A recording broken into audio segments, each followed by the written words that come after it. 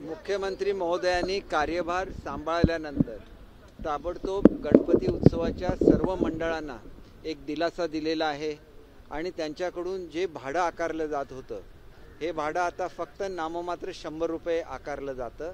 यावर्षी सुद्धा फक्त 100 रुपये भाडं आकारलं जाईल।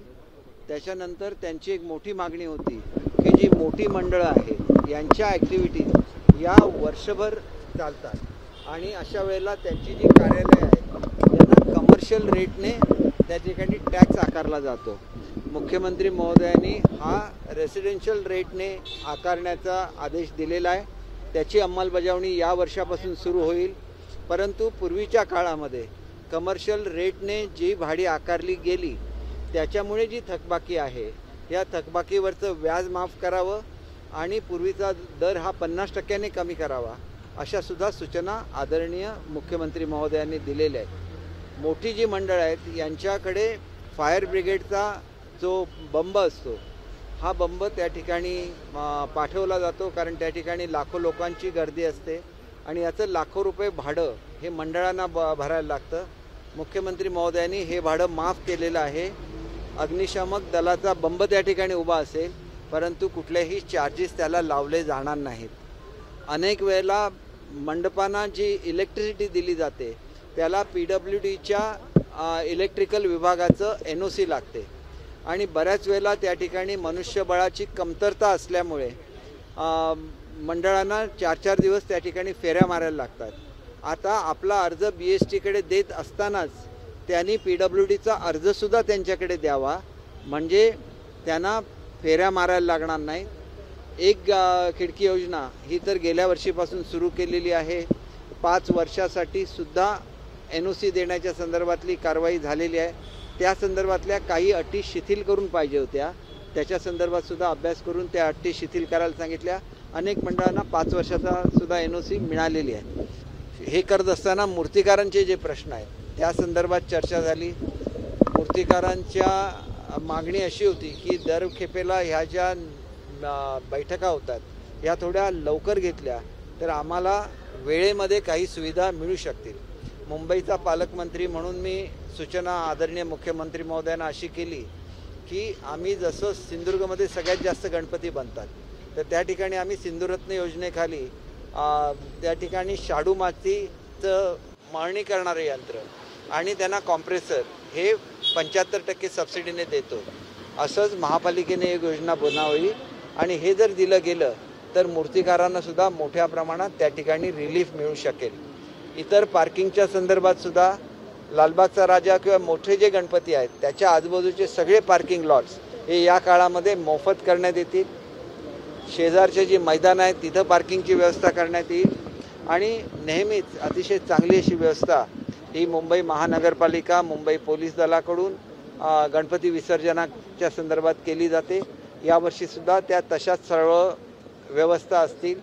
गणपती महामंडळाचे जे महासंघ आहेत त्यांनी ज्या ज्या सूचना केल्या त्या सगळ्यांवर सविस्तर चर्चा झाली आणि पर्यावरणपूरक गणपती कसे मुंबईमध्ये तयार करायचे याच्या संदर्भात एक विशेष इनिशिएटिव्ह हा आदरणीय मुख्यमंत्री महोदयांनी घेतला आणि त्याच्यामुळे या संदर्भाच्या सुद्धा सूचना दिल्या। अनेक वेळेला ज्यावेळेला लांबून लोक लालबागच्या राजाच्या दर्शनाला येतात किंवा मोठ्या गणपतीच्या वेळेला त्यावेळेला रात्रीच्या वेळेला ट्रेन बंद असतात। रात्रीच्या वेळेला काही ट्रेन सुरू करण्याच्या संदर्भातल्या सूचना दिलेल्या आहेत। त्याच दरम्यान कोकणामध्ये जाणाऱ्या जे गणपतीचे भक्त आहेत त्यांच्यासाठी ST पुरेशा प्रमाणात सुविधा उपलब्ध व्हाव्या अशी सूचना काही गणेश भक्तांकडून आलेली होती। या संदर्भात मी त्यांना खुलासा केलेला आहे की खरं तर मुख्यमंत्री महोदय स्वतःच्या वतीने आणि पक्षाच्या वतीने मोफत गाड्या ह्या संपूर्ण कोकणात जाणाऱ्या भक्तांना उपलब्ध करून देतात। कुठल्याही परिस्थितीमध्ये कोकणामध्ये जाणाऱ्या भक्तांना गाड्यांची कमतरता पडणार नाही। टॅक्स माफ केला जातो। यावर्षी सुद्धा टोल टॅक्स हा गणपती उत्सवासाठी कोकणात जाणाऱ्या गाड्यांना माफ केला जाईल। रेल्वे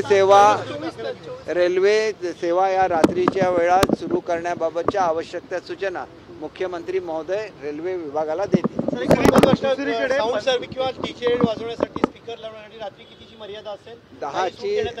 एकंदर 4 दिवस सूट देण्यात आलेली आहे। दरवर्षीप्रमाणे यावर्षी एक दिवस वाढवलेला आहे आणि त्याच्यामुळे त्या दिवशी 12 वाजेपर्यंत आणि इतर दिवशी 10 वाजेपर्यंतची मर्यादा राहील. उद्या 15 ऑगस्ट आहे आणि 15 ऑगस्ट असताना देखील काही शाळांमध्ये अद्यापही मुलांना गणवेश आहेत ते मिळालेले नाहीत. अशा वारंवार तक्रारी येऊन देखील 15 एक गोष्ट अशी आहे की आतापर्यंत आम्ही जे पैसे पाठवायचो ते सप्टेंबर महिन्यातच खर्च होत होते.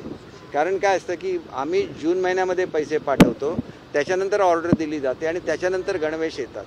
या खेपेला पहिल्यांदाच दर्जेदार कापड हे सर्व शाळांना पाठवलेलं आहे आणि स्थानिक महिलांना या निमित्ताने रोजगार निर्माण झालेला आहे. मध्यंतरी जो उशीर झाला तो स्काउट गाईडने आपल्या ड्रेसचा कलर चेंज केल्यामुळे झालेला होता, परंतु पुढच्या वर्षीपासून असं होणार नाही. याच्यासाठी 2 गोष्टी निर्णय आमच्या शासनाने घेतलेले आहेत. एक म्हणजे एवढी मोठी गरज संपूर्ण महाराष्ट्राची असते की एकाच वेळेला एकाच व्हेंडरला जर काम दिलं तर ते वेळेमध्ये पुरवू शकत नाहीत, हा सुद्धा अडचण येते. त्याच्यामुळे एकाच व्हेंडरला न देता 3 व्हेंडर किंवा 6 व्हेंडरना हे काम द्यावं. आणि महिला बचत गटांनी आताच सुरुवात केली आहे, त्याच्यामुळे त्यांची थोडीशी तयारी व्हायची होती. ही तयारी आता त्यांची ह्या वर्षी पूर्ण झाली आहे. त्याच्यामुळे ऑगस्ट महिन्यात तर सोडाच, पुढच्या वेळेला शाळा सुरू होताना गणवेश त्यांच्या हातामध्ये मिळतील. आणि हे सगळे गणवेश हे स्काउट गाईडच्या अनुकूल असे बनवलेले आहेत. त्याच्यामुळे स्काउटच्या टोप्या, स्कार्फ, त्यांना शूजसाठी पैसे आगाऊ पाठवलेले आहेत. आणि गेल्या वर्षीचे गणवेश हे पहिली सोडली तर प्रत्येकाकडे असतात आणि युजली तेच गणवेश ते दरवर्षी वापरत असतात. पण यावर्षी एवढे चांगले गणवेश दिले आहेत की ते त्यांना कितीतरी काळ टिकू शकते असे गणवेश आणि ज्याच्या कापडाचं सुद्धा चेकिंग होतं. हिंदू महिलांच्या डोळ्यात अश्रू धमकी जी आहे ती याला धमकी म्हणता येणार नाही की हिंदू महिलांच्या डोळ्यामध्ये अश्रू येता कामा नये, ही आवश्यकता आहे. ही मीटिंग होत असताना एक अत्यंत महत्त्वाची मीटिंग ही कोकणच्या संदर्भात झाली.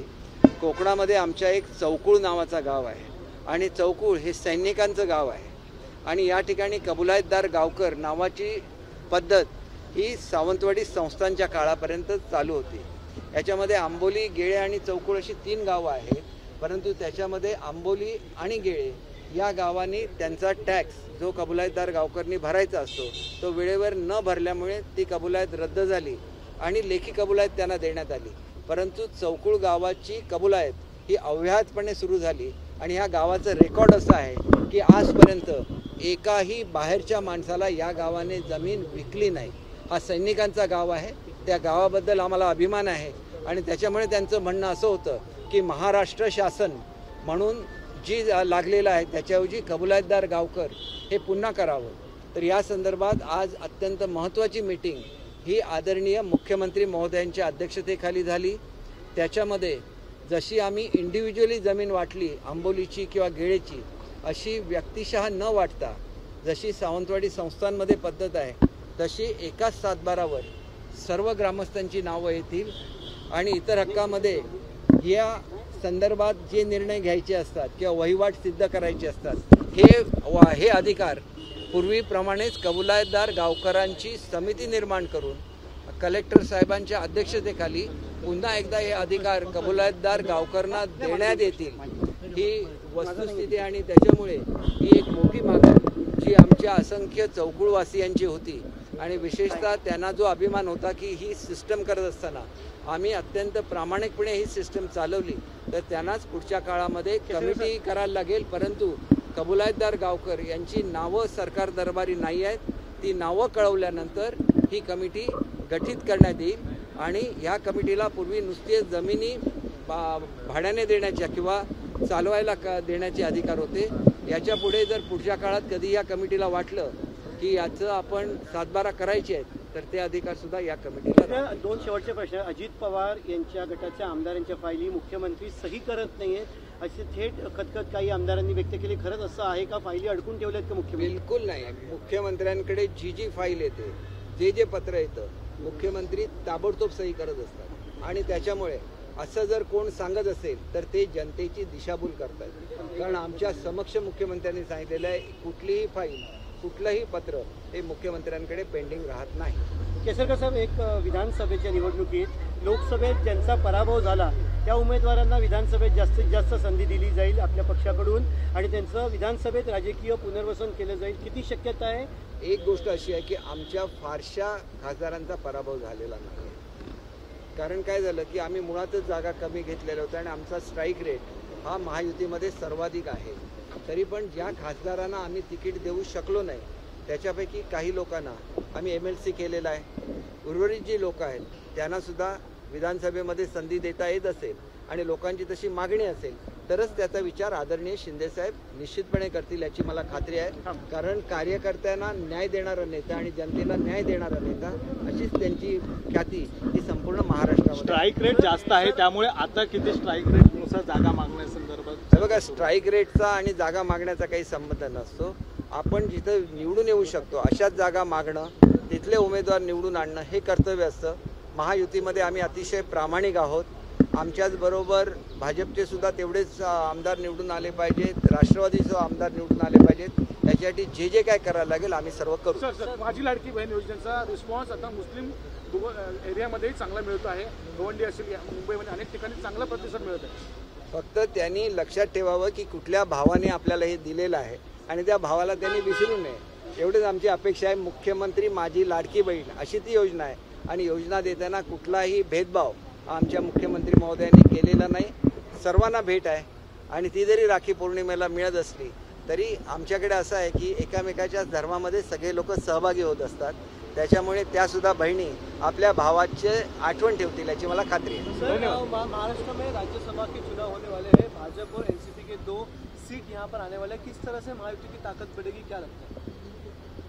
देखिए, महायुति की ताकत तो बढ़ती ही जा रही है. लोकसभा में जो हुआ वो गलत नैरेटिव की वजह से हो गया. लोगों को उनकी गलती का एहसास हो गया है. बहुत अच्छा परफॉर्मेंस महायुति महाराष्ट्र में करेगी. ABP माझा, उघडा डोळे बघा नीट.